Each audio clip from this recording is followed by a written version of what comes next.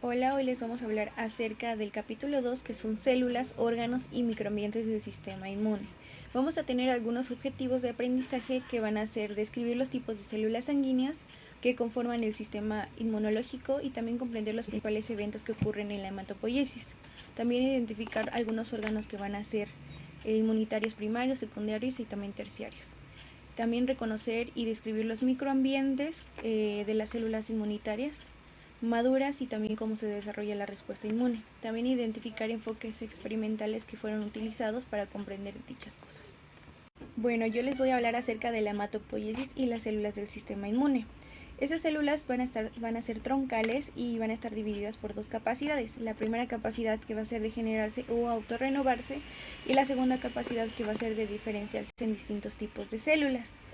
Tenemos uno de los ejemplos que van a ser pues las células troncales pues embrionarias.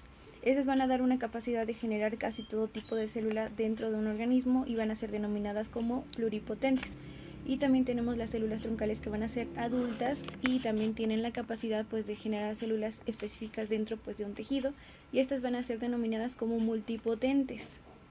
También conocemos que las HSC fueron las primeras células troncales que van a ser específicas pues en nuestros eritrocitos y también nuestros leucocitos. Bueno, también les voy a hablar acerca de las células troncales hematopoyéticas que se diferencian en eritrocitos y también en leucocitos. Estas son HSC y se van a originar pues dentro de los tejidos que van a ser fetales y también van a residir primero que nada en la médula ósea. Estos también se pueden encontrar en pequeñas cantidades o en números en el vaso y también en el hígado, pero en los adultos. Esta cantidad que van a tener ellos va a estar pues controlada por un equilibrio que va a estar de división, muerte y diferenciación celular. Su desarrollo va a estar regulado pues más que nada por las señales que van a recibir los microambientes de los órganos que van a ser linfoides primarios. Bajo condiciones cuando el sistema inmunológico no está siendo atacado por ningún agente patógeno, este se va a encontrar pues en un estado de reposo o homeostático. Y la mayoría de las HSC pues son quiescentes y van a tener pues pequeños números y se van a estar dividiendo para generar pues las células hijas. Estas células hijas pues más que nada van a conservar pues distintas características de las células troncales y también van a mantenerse renovadas y pueden dar origen pues a distintos tipos de células sanguíneas. También entendemos que otro tipo de células que van a ser hijas se van a diferenciar entre la progenitora, que tiene una capacidad pues de autorrenovarse y se puede componer pues progresivamente, que se van a componer a través pues de un linaje que van a ser de células sanguíneas particulares. Cuando se encuentra una mayor demanda pues de la hematopoiesis, vamos a entender que va a haber una infección o puede ser después hasta de una quimioterapia. Esta va a tener una capacidad pues más proliferativa de las HSC. Ahora les voy a hablar acerca del experimento que es el aislamiento de las células hematopoyéticas. Este se dio en la década de 1960 por investigadores que ya conocían que existían las HSC y que esta era un poco rara y estaban dentro de la médula ósea. Estos científicos pues no contaban con la tecnología ni los conocimientos necesarios para hacer las aplicaciones de estudios clínicos. De igual manera, estos científicos y investigadores lo que hicieron fue desarrollar distintas estrategias para encontrar a las escurridizas HSC. También debieron mucho a las tecnologías que fueron avanzando en ese momento, lo cual hicieron un poco más rápido y ágil este experimento y fueron evolucionando, y también aquí incluiremos la aparición de anticuerpos monoclonales y también la citomería de flujo. Estos investigadores pues reconocieron que era muy poco probable que las HSC pues expresaran proteínas específicas que se encuentran normalmente en las células sanguíneas, usando pues anticuerpos que iban a ser de tipo monoclonal, que iban a estar producidos por varias células maduras y estas iban a estar atrapándose y pues también eliminando las células maduras pues de las suspensiones de las células de la médula ósea. Y también esto comenzaron pues un proceso que se iba a llamar hasta la fecha PENEO. En el grupo va a estar heterogéneo, van a existir las células que se van a incubar dentro de los anticuerpos y también van a estar dentro, pues como dijimos, de los anticuerpos, pero en una placa. Y de esta manera las células maduras se van a ir adhiriendo a los anticuerpos. Bueno, ahora yo les voy a hablar acerca del paneo de las células troncales. Estos fueron los primeros enfoques para aislar a las células troncales hematopoyéticas. Y pues aquí se aprovecharon los anticuerpos que se generaron pues contra las células sanguíneas maduras y también como dijimos, se llama paneo. De igual manera, los investigadores colocaron más que nada las suspensiones de las células de la médula ósea dentro de una placa de plástico que va a estar recubierta pues por anticuerpos que se van a unir en múltiples células de células maduras. Y pues aquí tenemos un pequeño esquema que va un poquito, más que nada son las primeras imágenes de las HSC que van a estar aisladas, y pues estas van a estar habladas con distintas letritas. Si vemos ahí, dentro de las burbujitas, cada una contiene una letra. Entonces, primero que nada tenemos la S, que es célula troncal, la P, que son células progenitoras, la M, que tenemos que son monocitos, la B, que son basófilos, la N, que son neutrófilos, la EO, que son eosinófilos, la L son los linfocitos, la E son los eritrocitos, y pues nada más que nada esto está ahí relatado. Se va a cubrir la placa con los anticuerpos que van a estar específicos del linaje, como ya vimos, y se va a añadir una suspensión de la médula ósea. Este se va a cultivar durante 1 o 2 horas, y posteriormente se va a desechar lo que pues no se unió y se va a conservar lo que sí se une. Como vemos aquí están en la imagen, pues están ya las que sí se unieron. Bueno, continuando, las HSC se diferencian en linajes de células de la sangre mieloide y también linfoide. Estas HSC se van a inducir pues a una diferenciación y van a perder su capacidad de autorrenovación a medida que va a avanzar este proceso.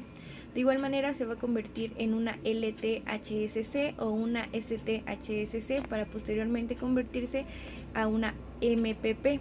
En esta etapa, pues las células van a tener 2 opciones de compromiso de linaje, el cual va a ser convertirse en una célula mieloide, el cual va a dar el lugar a los eritrocitos y también a las plaquetas y también a las células mieloides.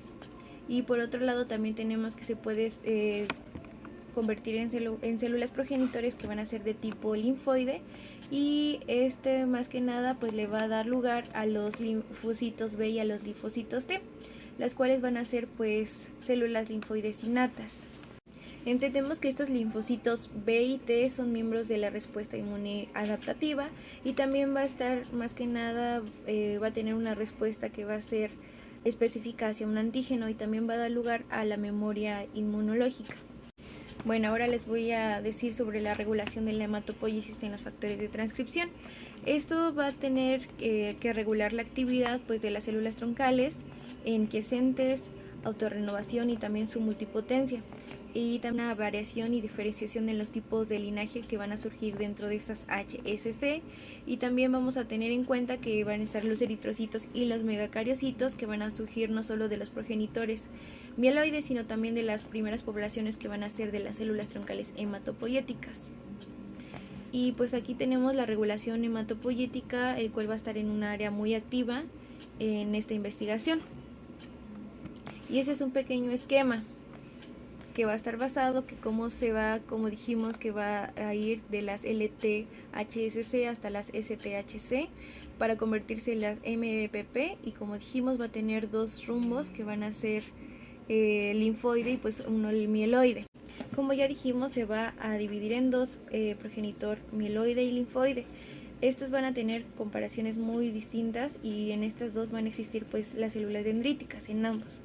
Nada más que en comparación, en el progenitor linfoide vamos a tener que van a existir los progenitores que van a dar origen a los linfocitos T y los progenitores que van a dar origen a los linfocitos B.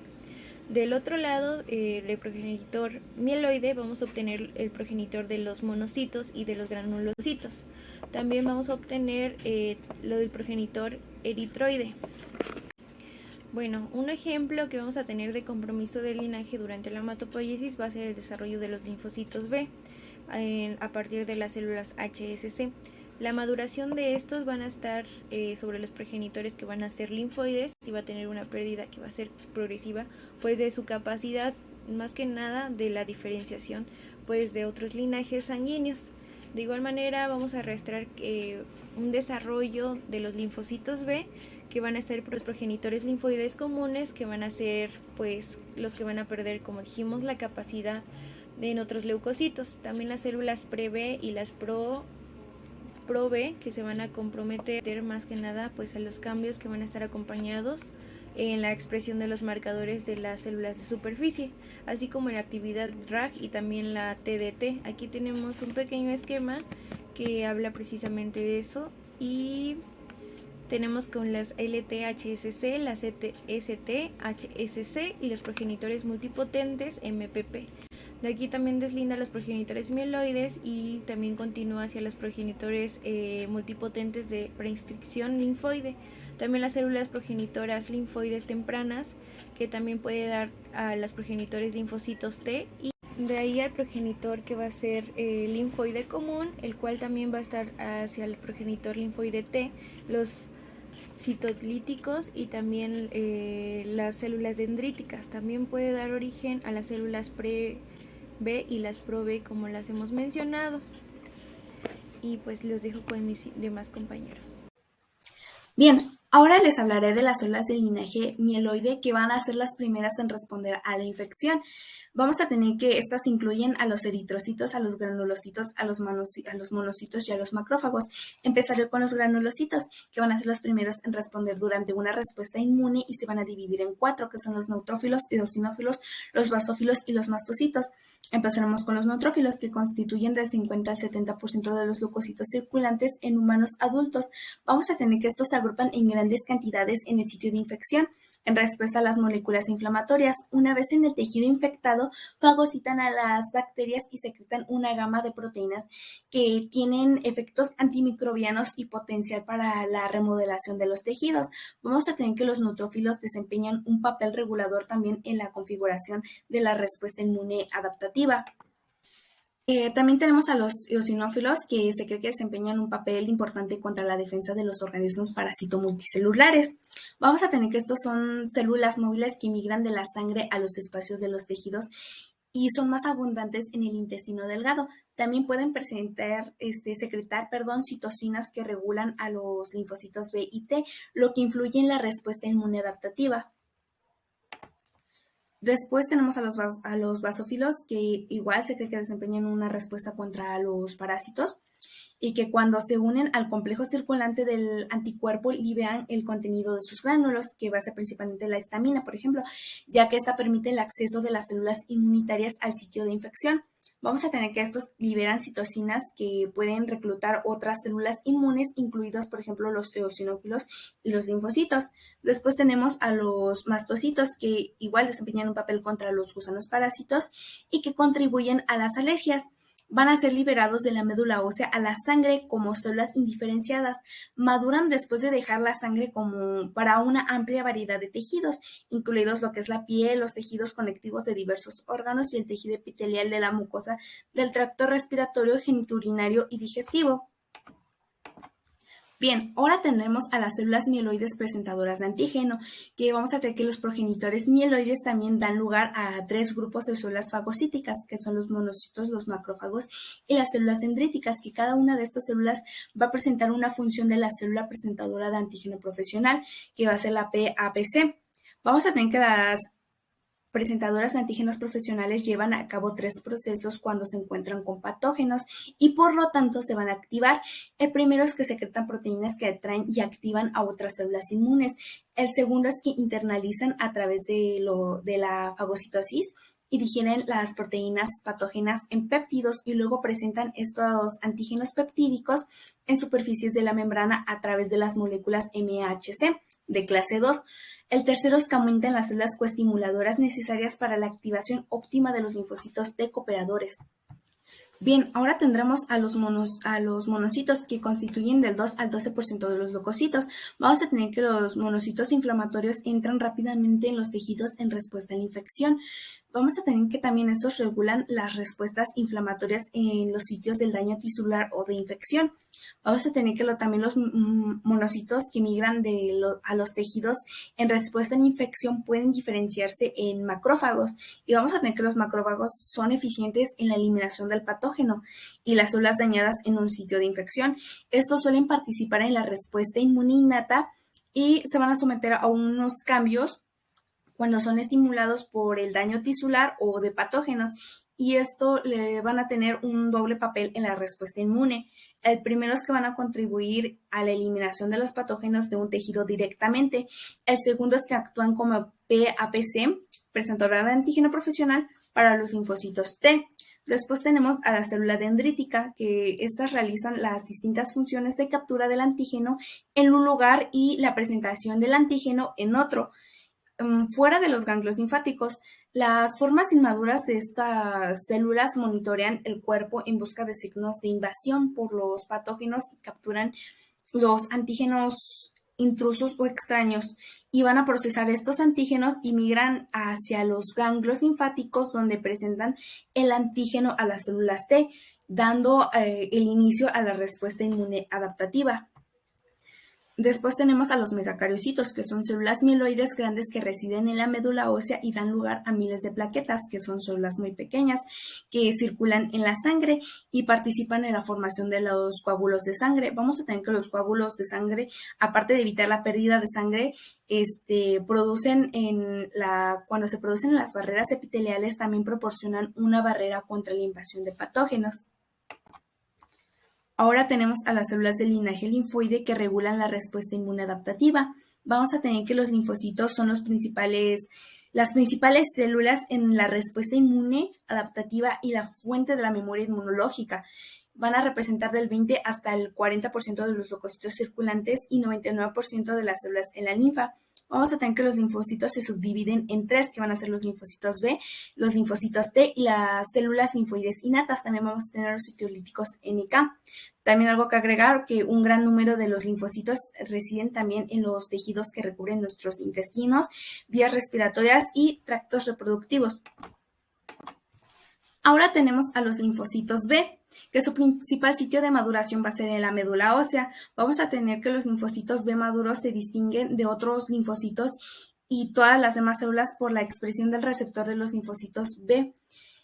Una molécula de inmunoglobulina, que es un anticuerpo la cual se une al antígeno que está unida a la membrana celular. Cada célula B expresa un anticuerpo de superficie con una especificidad única y cada una de las aproximadamente 1.5 por 10 a las 5 moléculas del anticuerpo de superficie en una célula B tienen sitios de unión idénticos para el antígeno. También vamos a tener que los linfocitos B internalizan el antígeno de manera muy eficiente a través de su receptor específico del antígeno y procesan y presentan péptidos antigénicos en la superficie celular. Vamos a tener que también que los linfocitos B activados también expresan moléculas coestimuladoras necesarias para activar a los linfocitos T.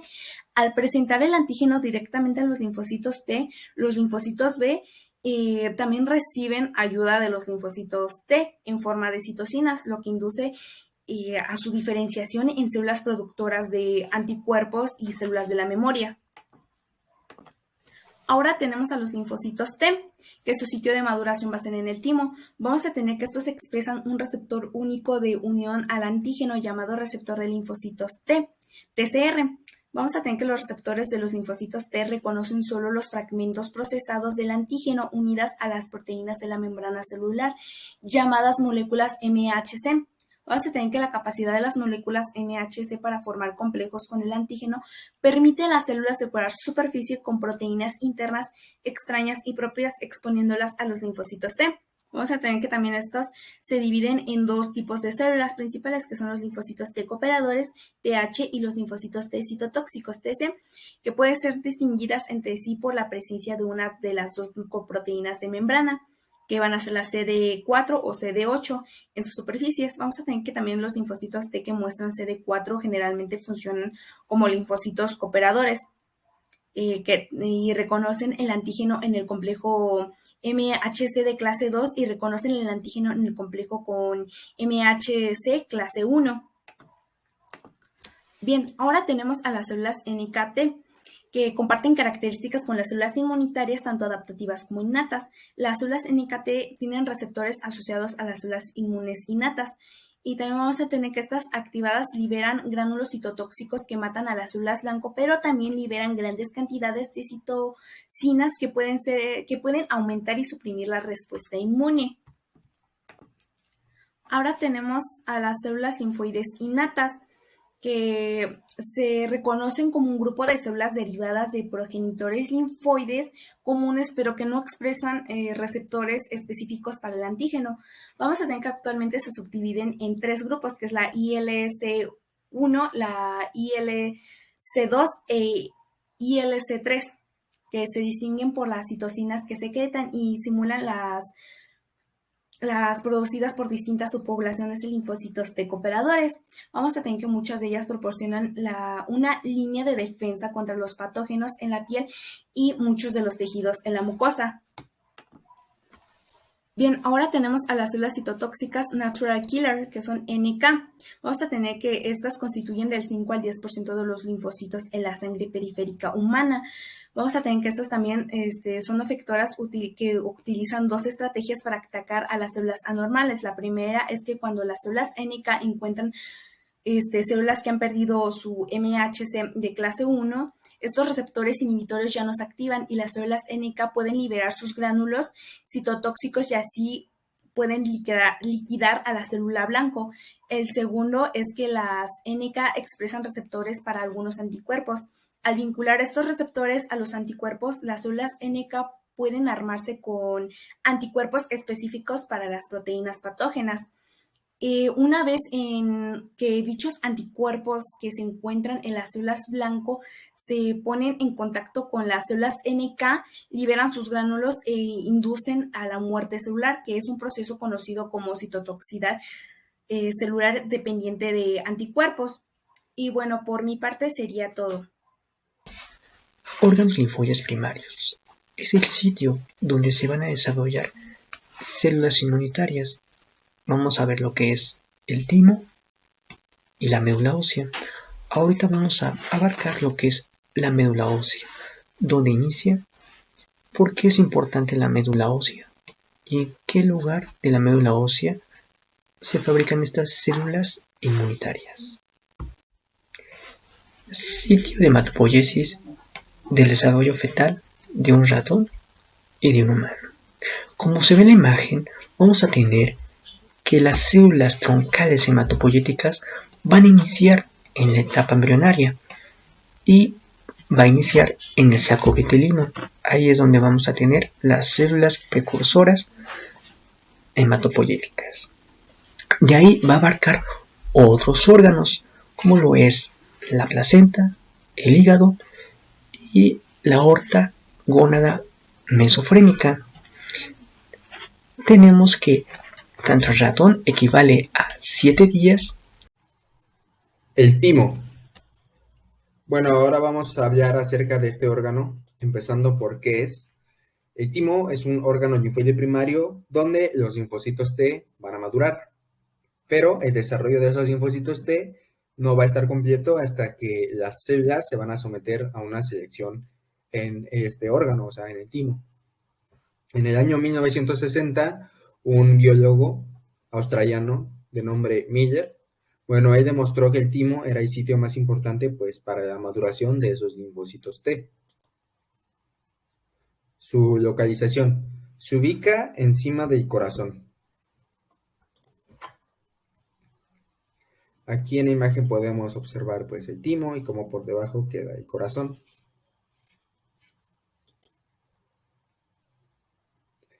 Bueno, antes de hablar de la estructura, hay una característica que es importante del timo, que es que después de la pubertad, pues su tamaño va a comenzar a disminuir, o sea, se va a hacer más chico.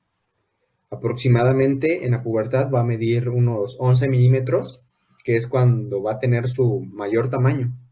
Y pues ya después de esta pubertad, como ya mencioné, pues su tamaño comienza a disminuir. Ahora sí, su estructura. El timo va a tener dos lóbulos, un lóbulo izquierdo y un lóbulo derecho. Esos lóbulos, el izquierdo y el derecho, se van a dividir en lobulillos. Y a la vez, esos lobulillos se van a dividir en una corteza y en una médula. En la corteza es donde van a estar los linfocitos T, pero inmaduros. Estos inmaduros son los DP o los doble positivo. Y en la médula va a tener a los linfocitos T maduros. Estos linfocitos T maduros son los SP o los únicos positivos. Bueno, estas regiones van a estar divididas por una unión, que es la unión corticomedular, donde ahí las células pues van a estar entrando y saliendo por el torrente sanguíneo.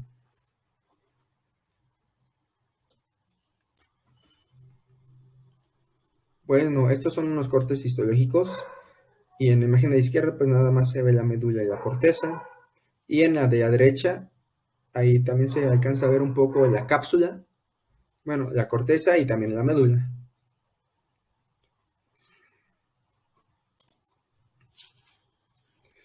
Bueno, en el área de la corteza, la cápsula tímica y la corteza subcapsular, es un sitio de mucha proliferación de estos linfocitos de N, que estos linfocitos de N pues son los doble negativo, como ya mencioné.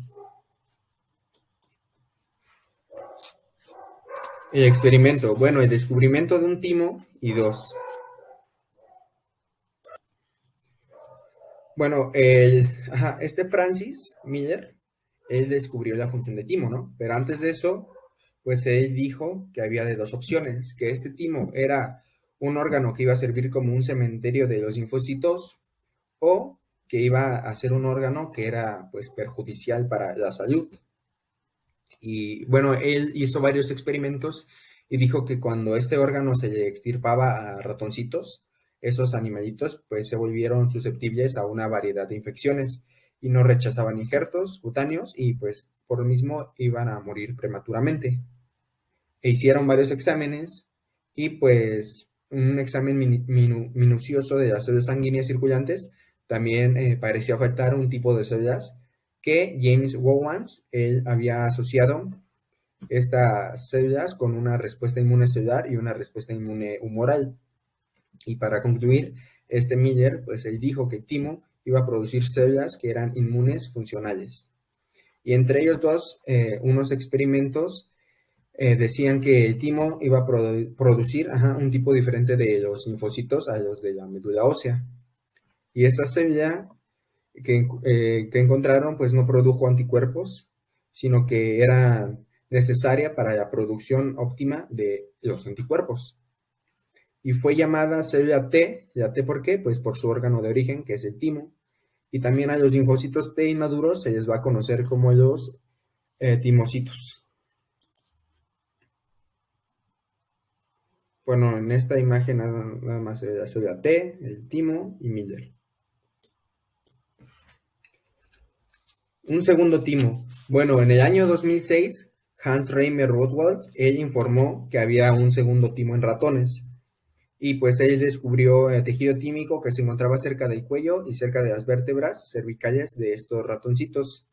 Bueno, ese tejido tímico cervical era más pequeño en masa que pues el timo convencional y que consistía en un solo lóbulo o agrupaciones de lóbulos individuales y estaba poblado por timocitos que eran más maduros. Y bueno, hay unas implicaciones evolutivas de ese timo que son interesantes porque según los timos se van a encontrar en el cuello en varias especies, como en el koala y en el cangurito.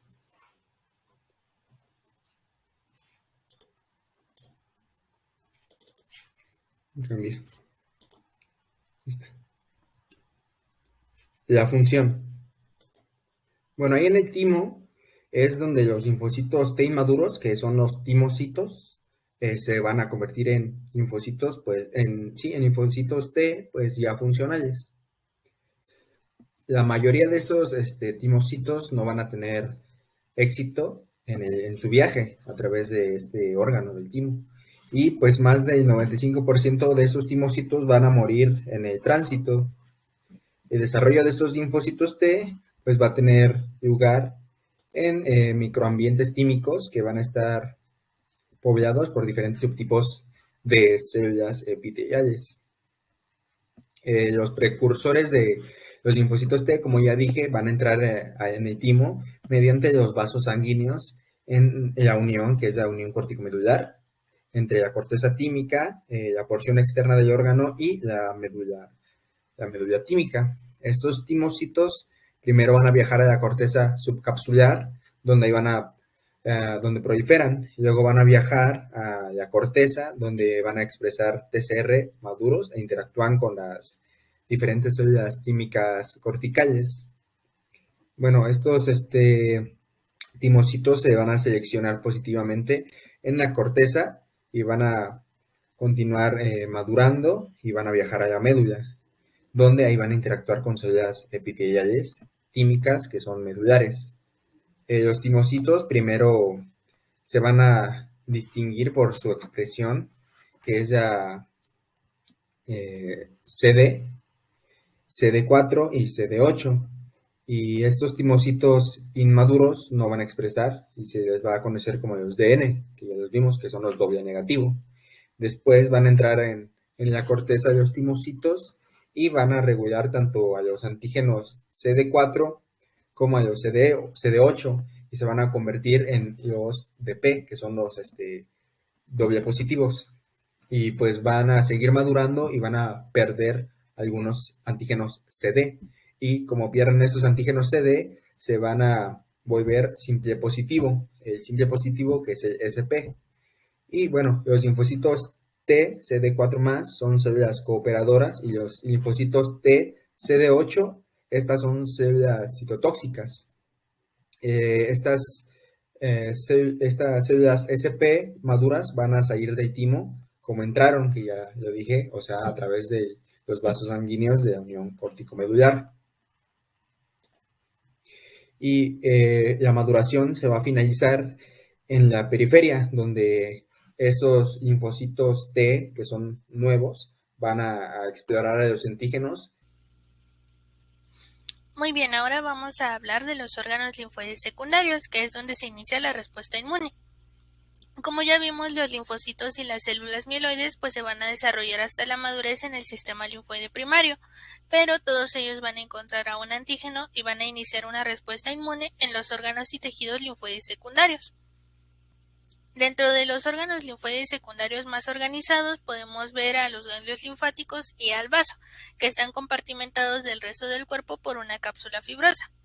Y también tenemos órganos linfoides secundarios un poquito menos organizados, como son la piel y las membranas mucosas, que nos van a proteger contra patógenos externos y se conocen como tejidos de barrera. Y aunque los órganos linfoides secundarios van a variar en su localización y en su grado de organización, van a tener en común que contienen regiones anatómicamente distintas de actividad de linfocitos T y de linfocitos B. Y también van a generar folículos linfoides, que son microambientes altamente organizados, responsables del desarrollo y selección de linfocitos B, que producen anticuerpos de alta afinidad. Entonces ahora veremos cómo es que se comunican los tejidos linfoides con el tejido infectado. Bueno, las células inmunitarias van a transitar por la sangre y por los sistemas linfáticos y pues van a llegar a todos los tejidos. Además van a estar revestidos por células endoteliales, que son las que responden ante señales inflamatorias. Los eritrocitos y los leucocitos van a transitar por sangre que fluye del corazón a través de las arterias y vuelve al mismo por medio de las venas. Y de estos solo los leucocitos van a tener acceso al sistema linfático, que en sí es una red de vasos lleno de líquido rico en proteína, que es la linfa, y va a ser derivado del componente líquido de la sangre, que es el plasma. Estos vasos van a drenar a muchos tejidos y van a dar una ruta para que las células inmunitarias activadas y el antígeno viajen desde los sitios de la infección a los órganos linfoides secundarios. Estos vasos linfáticos también van a devolver el líquido que se filtra de la sangre. Esta filtración puede generar 2.9 litros o más en un periodo de 24 horas. Y este líquido intersticial va a impregnar los tejidos y bañar a todas las células. Pero cuando esto no sucede, pues los tejidos se hinchan y resulta en un linfedema, que en algunos casos podría ser potencialmente mortal. Estos vasos linfáticos primarios van a tener unas paredes delgadas y porosas, van a estar formados por una capa de células endoteliales que en sí son las que permiten que los fluidos y las células entren en la red linfática fácilmente. Ya dentro de estos vasos, la linfa va a fluir en vasos colectores de un mayor tamaño llamados vasos linfáticos. Y todas las células y fluidos que circulan en la linfa van a regresar al sistema sanguíneo por medio de dos conductos principales. Tenemos el conducto torácico, que es el más grande de nuestro cuerpo y se va a vaciar en la vena subclavia izquierda. Este recoge la linfa de todo el cuerpo a excepción del brazo derecho y del lado derecho de la cabeza. La linfa de estas regiones pues se va a acumular en el conducto linfático derecho, que se drena en la vena subclavia derecha. Estos vasos linfáticos se van a basar en válvulas unidireccionales y en la actividad de los músculos circundantes para brindar un flujo lento y de baja presión de las células y de los linfocitos. Con esto se mejora la actividad del retorno venoso y la circulación de la linfa. Y todas las células inmunitarias que circulan por linfa, por sangre y por tejidos van a ser guiadas por quimiosinas, que son moléculas quimioatrayentes secretadas por muchos tipos de células, incluidas células epiteliales, estromales, células presentadoras de antígenos, los linfocitos y los granulocitos. Entonces hablemos ahora específicamente del ganglio linfático. Estos son estructuras encapsuladas que incluyen redes de células estromales, es decir, de sostén, llenas de linfocitos, macrófagos y células dendríticas, y están comprometidos a regular una respuesta inmunitaria. Van a estar conectados a los vasos sanguíneos y linfáticos y son los que dan los microambientes ideales para el encuentro entre el antígeno y los linfocitos y pues para las respuestas inmunes productivas y organizadas, tanto celulares como humorales. Y pues la estructura de un ganglio linfático se va a dar por su corteza, su paracorteza y su médula. La corteza contiene linfocitos B en su mayoría, pero también contiene macrófagos y células dendríticas organizadas en folículos. La paracorteza va a estar poblada en gran parte por linfocitos T, pero también por células dendríticas que han migrado desde los tejidos circundantes hacia el ganglio linfático. Y por último la médula, que es la capa más interna, que está poblada escasamente por células de linaje linfoide, que incluyen células plasmáticas que secretan moléculas de anticuerpos. Aquí en esta imagen podemos ver las estructuras que les he mencionado, asimismo los vasos linfáticos de entrada, que son los aferentes, y los de salida, que son los eferentes. También podemos ver las arterias y las venas. Entonces, con esto podemos obviar que el antígeno pues va a pasar por el ganglio linfático, ¿no? Esto lo va a hacer yendo desde el tejido infectado hacia la corteza del ganglio linfático por medio de los vasos aferentes. Estos vasos linfáticos aferentes van a perforar la cápsula del ganglio en distintos sitios, haciendo que la linfa sea vaciada en el seno subcapsular. Entonces el antígeno se introduce en forma de partículas o se procesa y se presenta como péptidos en la superficie de las células presentadoras de antígenos migrantes. Así el antígeno fraccionado puede ser atrapado por células presentadoras de antígenos residentes en el seno subcapsular o la corteza, o alternativamente se procesa y se presenta como complejos MHC péptidos en las superficies de células dendríticas residentes en la paracorteza. Entonces hablemos ahora de las células T en el ganglio linfático.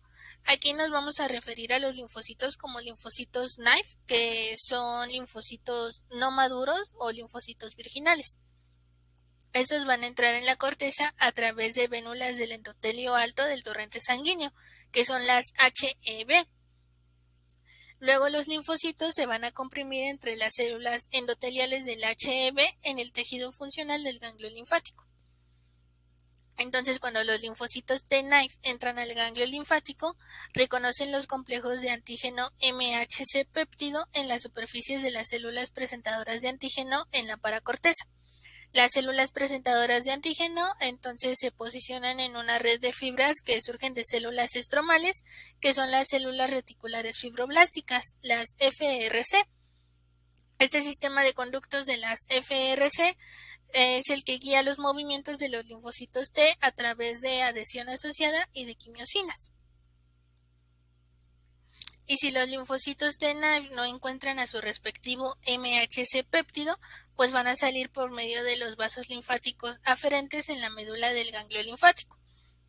Por el contrario, los linfocitos T, que sí reconocen un complejo de MHC péptido, pues van a dejar de migrar y se van a quedar en el ganglio por varios días, en donde van a proliferar y se van a diferenciar en células efectoras con distintas funciones, como son los linfocitos T CD8 positivo, que obtienen la capacidad de matar células blanco, y los linfocitos T CD4 positivo, que a su vez se diferencian en varios tipos de células efectoras, incluidas aquellas que activan aún más los macrófagos, los linfocitos CD8 positivo y los linfocitos B. Entonces eso fue con los linfocitos T. Ahora hablemos de los linfocitos B en el ganglio linfático. Bueno, aquí en el ganglio es donde los linfocitos B se van a activar y se van a diferenciar en células plasmáticas secretoras de anticuerpos de alta afinidad. La activación del linfocito B pues requiere del reconocimiento del antígeno por el receptor de linfocitos B, que es el BCR, y el contacto directo con una célula T cooperadora CD4 activada.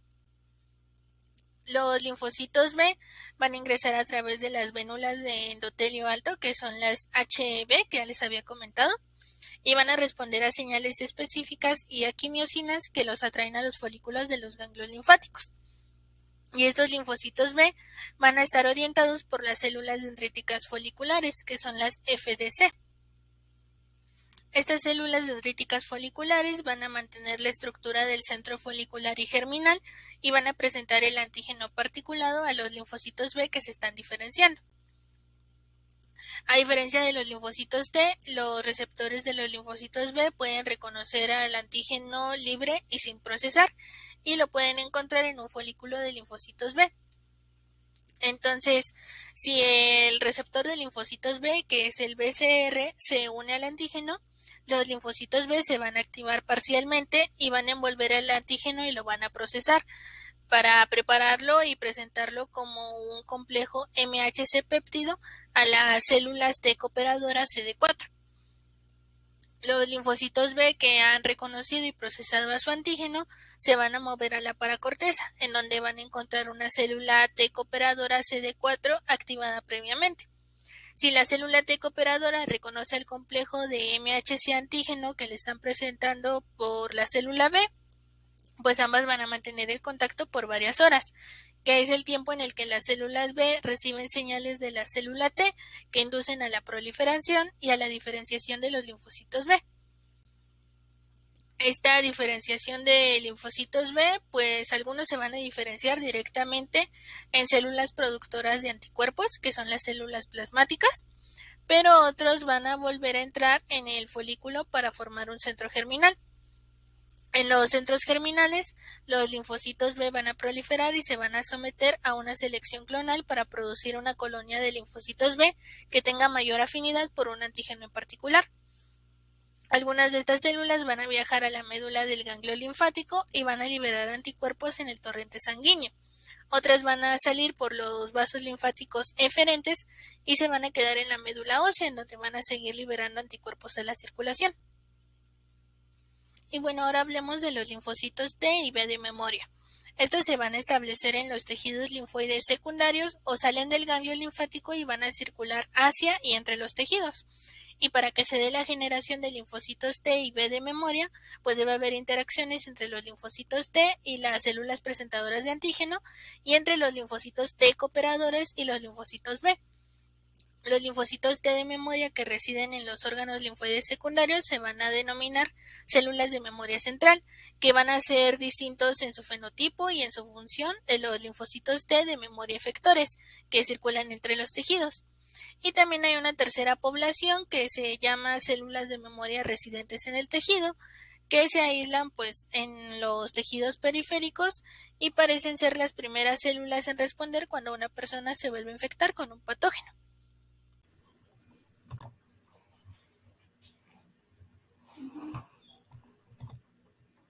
Vamos a continuar con el vaso organiza la respuesta inmune contra patógenos transmitidos por la sangre. Como sabemos, el vaso está situado en la parte alta del lado izquierdo de la cavidad abdominal. El vaso va a ser el órgano secundario linfoide más grande que va a desempeñar un papel importante en el aumento de las respuestas inmunes a los antígenos en el torrente sanguíneo.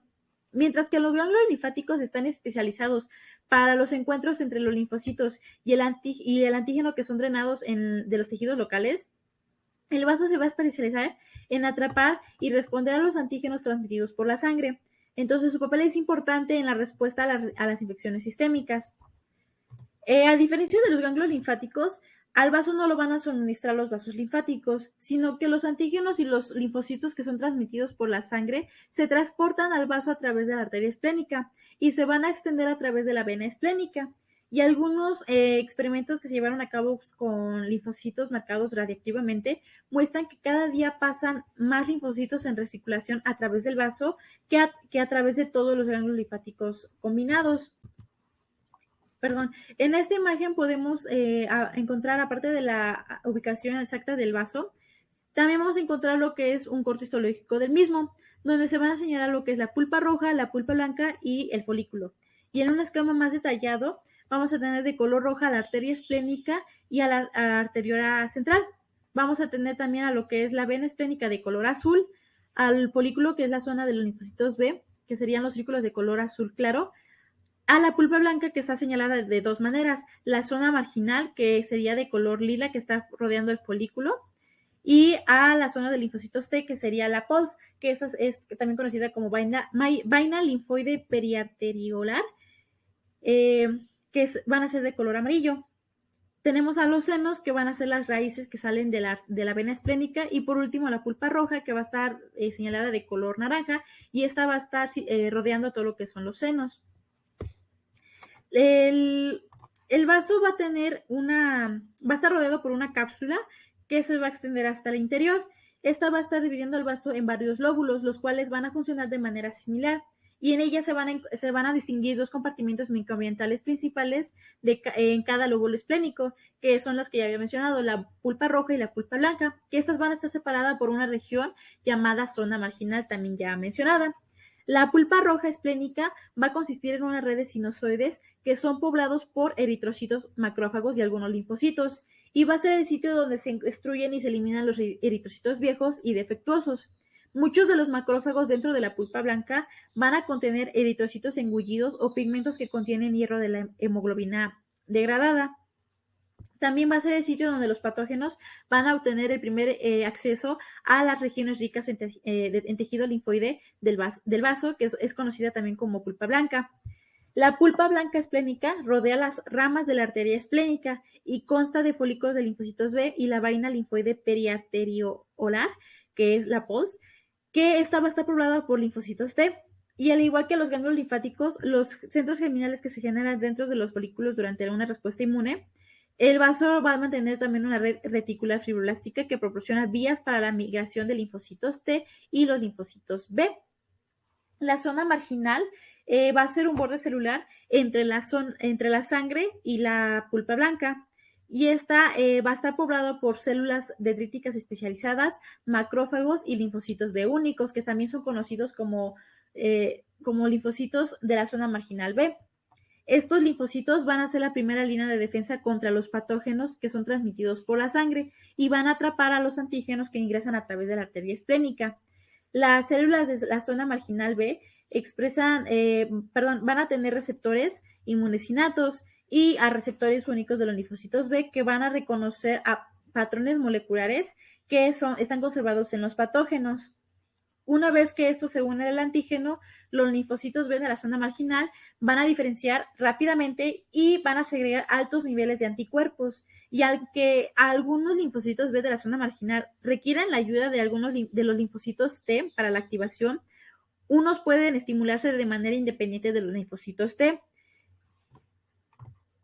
Entonces, como puntos clave, el primero es que el vaso va a organizar la respuesta inmune a los va a ser la primera respuesta inmune a los patógenos transmitidos por la sangre. Como segundo punto, este mismo va a estar compartimentado por la pulpa blanca, que va a contener a los linfocitos B y linfocitos T, y la pulpa roja, que va a contener eritrocitos circulantes. Tercer punto, que la vaina linfoide periarteriolar de la pulpa blanca va a incluir a los folículos de linfocitos B y zonas de los linfocitos T. Y por último, la zona marginal esplénica va a ser una región especial de macrófagos y linfocitos B, que van a formar un límite entre la pulpa roja y la pulpa blanca y va a jugar un papel importante en la captura de respuesta de la sangre de los antígenos. Como siguiente tema, vamos a tener que los órganos de barrera también tienen tejido linfoide secundario. Ya conocemos dos tipos de órganos secundarios, los cuales van a ser primero los ganglios linfáticos y el vaso, donde van a ser considerados como microambientes linfoides secundarios. Pero la zona de linfocitos T, y los folículos linfoides también se van a encontrar en los tejidos de barrera, que estos van a incluir a la piel, que está conformada por 3 capas, la epidermis, dermis y capa subcutánea, al aparato digestivo hasta el tracto respiratorio y al sistema genitourinario. Estos van a estar rodeados por una membrana mucosa, los cuales van a estar revestidos por células epiteliales. Entonces, nuestras membranas mucosas que están revestidas con una sola capa epitelial, mientras que nuestra piel va a estar protegida por muchas capas epiteliales. Y en conjunto, la piel y las membranas mucosas van a representar un área de superficie de mayor de 400 metros cuadrados, que esta en comparación es con una cancha de baloncesto, y van a ser los principales sitios de entrada para la mayoría de los patógenos. Estas zonas vulnerables van a estar siendo defendidas por un grupo de tejido linfoide, conocido también como tejido linfoide asociado a la mucosa, los cuales va a tener 4 tipos. El tejido linfático asociado a los bronquios, que serían en sus siglas en inglés BOLT, el tejido linfático asociado al nasofaringe, que sería NOLT, el tejido linfoide asociado al intestino, que sería en inglés GOLT, y el tejido linfático asociado a la piel, que sería en sus siglas en inglés SOLT. Vamos a tener aquí un ejemplo de tejido linfoide asociado.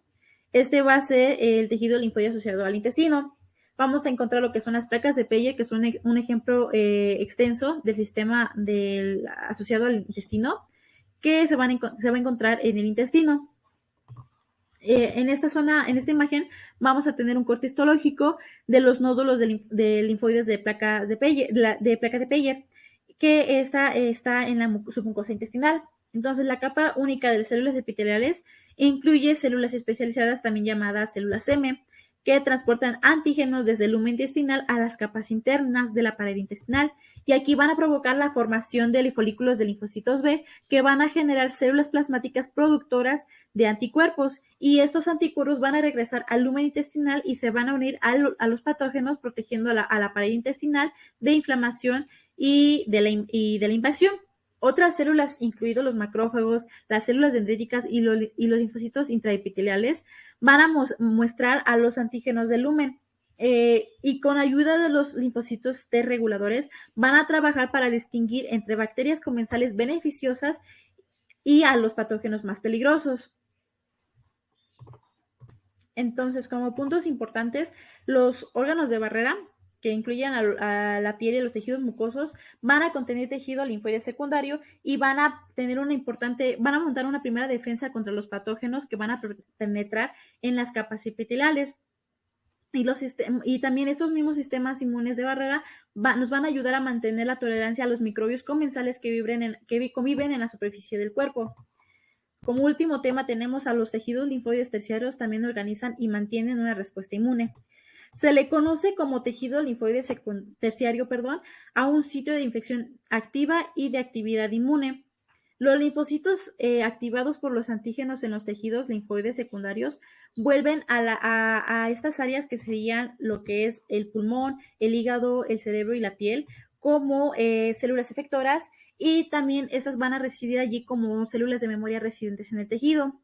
Los tejidos linfoides terciarios van a generar nuevos microambientes que organizan las respuestas de los linfocitos. Por ejemplo, el cerebro va a establecer sistemas reticulares que guían a los linfocitos para que respondan a una infección crónica por el protozoo que causa la toxoplasmosis. Las agregaciones organizadas de las células linfoides van a ser prominentes en los sitios de infección crónica y destacan la relación íntima entre las células inmunes y las no inmunes, así como la plasticidad del tejido, de la anatomía del tejido.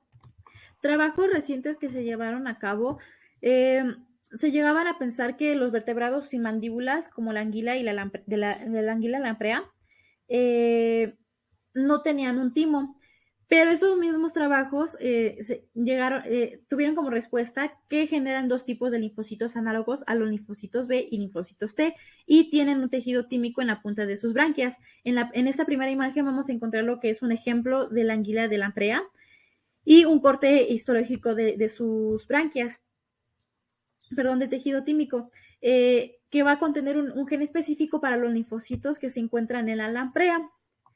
En la siguiente imagen vamos a tener lo que es la bolsa alvear de las aves, que como la mayoría de los vertebrados, las aves tienen un timo, un vaso y ganglios linfáticos, y aunque su hematopoiesis se produce en la médula ósea, el desarrollo de los linfocitos B se va a realizar en un órgano especializado, también conocido como bolsa, la cual va a ser una eventración del intestino ubicada cerca de la cloaca al extremo común del intestinal y genital en aves.